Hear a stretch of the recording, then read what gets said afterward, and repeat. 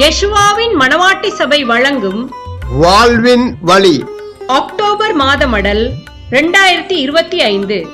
சத்தியத்தை அறிவீர்கள், சத்தியம் உங்களை விடுதலையாக்கும். கூடாரவாசிகள்.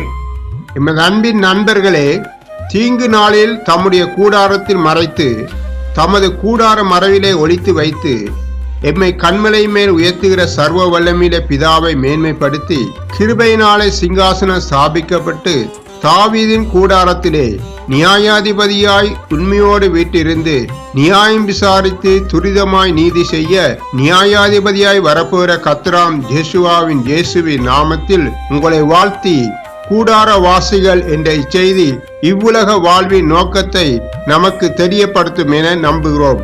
பண்டைய கால ஜனங்கள் கூடாரங்கள் எனப்படுகிற இலகுவாக எடுத்துச் செல்லக்கூடிய தங்குமிடங்களில் வாழ்ந்தார்கள். குறிப்பாக இஸ்ரவேலரின் முற்பிதாக்கள் தத்தம் குடும்பங்களோடு இவ்விதமான கூடாரங்களிலே வாழ்ந்து வந்தனர். எபிரேயர் 11:9-10. விசுவாசத்தினாலே அவன் ஆபிரகாம் வாக்குத்தத்தம் பண்ணப்பட்ட தேசத்திலே பரதேசியை போல் சஞ்சரித்து அந்த வாக்குத்தத்தத்திற்கு உடன் சுதந்திரராகிய ஈசாக்கோடும் யாக்கோபோடும் கூடாரங்களிலே குடியிருந்தான்.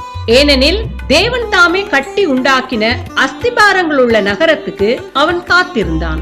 கூடாரம் என்பது ஒரு வசிப்பிடம் மட்டுமல்ல, கர்த்தரால் வடிவமைக்கப்பட்டுள்ள நித்திய நகரத்தின் மீதான முற்பிதாக்களின் கவனத்தை அடிக்கோடிட்டு காட்டுவதும், மனித வாழ்வு நிலையற்றது, நிலையான வாழ்வை நோக்கி அடியெடுத்து வைக்க வேண்டும் என்ற வேதாகமத்தின் கருப்பொருளை விளக்கி கூறுகிறது.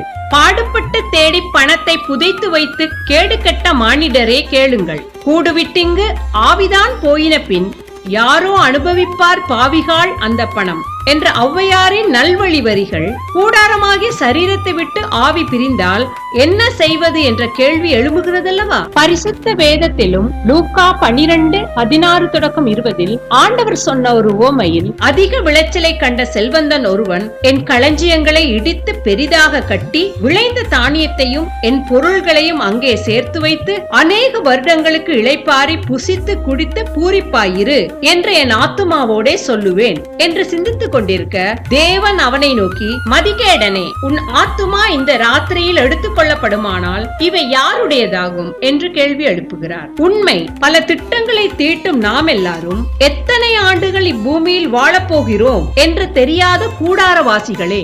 மேலும் கூடாரம் தெய்வீக சந்திப்பிற்கான இடமாகவும் காணப்பட்டது. உதாரணமாக, ஆபிரகாம் மம்ரேயின் சமபூமியில் கூடார வாசலில் உட்கார்ந்திருந்த போது 3 தூதர்கள் அவருக்கு எதிரே காணப்பட்டு தேவனுடைய திட்டத்தை வெளிப்படுத்தினர். வனாந்திரத்தில் யாத்திரை செய்த தம் ஜனங்களோடு வாசம் பண்ண விரும்பிய பரிசுத்த தேவன் ஆசாரிப்பு கூடாரம் என்ற தம் வாசஸ்தலத்தை அவர்கள் மத்தியிலே கூடாரமாக போடும்படியாக கட்டளையிட்டார். ஆனால் வழுகி போகிற இருதயமுள்ள அவர்களுக்கு மத்தியில் தேவன் தொடர்ந்து வாசம் பண்ணுவது அவர்களுக்கு கடினமாக இருந்தது. 1 யோவான் 2:16. ஏனெனில் மாம்சத்தின் இச்சையும் கண்களின் இச்சையும் ஜீவனத்தின் பெருமையுமாகிய உலகத்தில் உள்ளவை எல்லாம் பிதாவினால் உண்டானவைகள் அல்ல, அவைகள் உலகத்தினால் உண்டானவைகள். இதன்படி இன்று நாம் எப்படி இருக்கிறோம்? தேவன் நம் கூட இருக்க வேண்டும் என்று அவரை பிரியப்படுத்துகிறோமா, அல்லது உலகத்தின் மேல் பிரியம் வைத்து பாவத்துக்கும் அடிமைத்தனத்துக்கும் இச்சை இன்பங்களுக்கும் இடம் கொடுத்து மனித மனம் விரும்பும் தேவனற்ற வாழ்வை தெரிந்தெடுக்கிறோமா? சர்வ வல்லமையில அன்பான பிதா தாம் படைத்த மக்கள் மேல் மிகுந்த இரக்கம் வைத்ததால் தம் சொந்த மகனை நமக்காக தந்தார் அல்லவா? அவருடைய குமாரனாகிய இயேசு கிறிஸ்துவின் இரத்தம் சகல பாவங்களை நீக்கி நம்மை சுத்திகரிக்கும் என்று பரிசுத்த வேதம் கூறுகிறது. 1 யோவான் 1:8-9. நமக்கு பாவம் இல்லை என்போமானால் நம்மை நாமே வஞ்சிக்கலாயிருப்போம், சத்தியம் நமக்குள் இராது. நம்முடைய பாவங்களை நாம் அறிக்கையிட்டால் பாவங்களை நமக்கு மன்னித்து எல்லா அநியாயத்தையும் நீக்கி நம்மை சுத்திகரிப்பதற்கு அவர் உண்மையும் நீதி உள்ளவருமாய் இருக்கிறார். கூடாரவாசிகளாகும் நமக்கு வீடென்றும் நாடென்றும் சொல்லலாமோ? கைவேலை இல்லாத வீடொன்றை மேலேதான் செய்வேன் என சொல்லி போகல்லையோ என்ற தேவ பிள்ளையின் அருமையான பாடல் வரிகள், நான் போய் உங்களுக்காக ஸ்தலத்தை ஆயத்தம் பண்ணின பின்பு நான் இருக்கிற இடத்திலே நீங்களும் இருக்கும்படி நான் மறுபடியும் வந்து உங்களை என்னிடத்தில் சேர்த்துக் கொள்வேன் என்ற யோவான் 14:3 இரட்சகராம் யெஷுவாவின் இயேசுவின் வாக்குறுதியை நினைவூட்டுகிறது. பரிசுத்த வேதாகமத்தில் கூடாரம் விசுவாசத்தையும் கீழ்ப்படிதலையும் தேவ பிரசன்னத்தையும் அடையாளப்படுத்தி தற்காலிகமான இவ்வுலக வாழ்க்கை பயணத்தின் பின் நித்தியமாக கர்த்தருடன் வாழுவோம் என்பதை நிச்சயப்படுத்துகிறது. அது என்றுமே அழியாத மகிமையான தங்குமிடமாகிய தேவனுடைய நித்திய வீடு.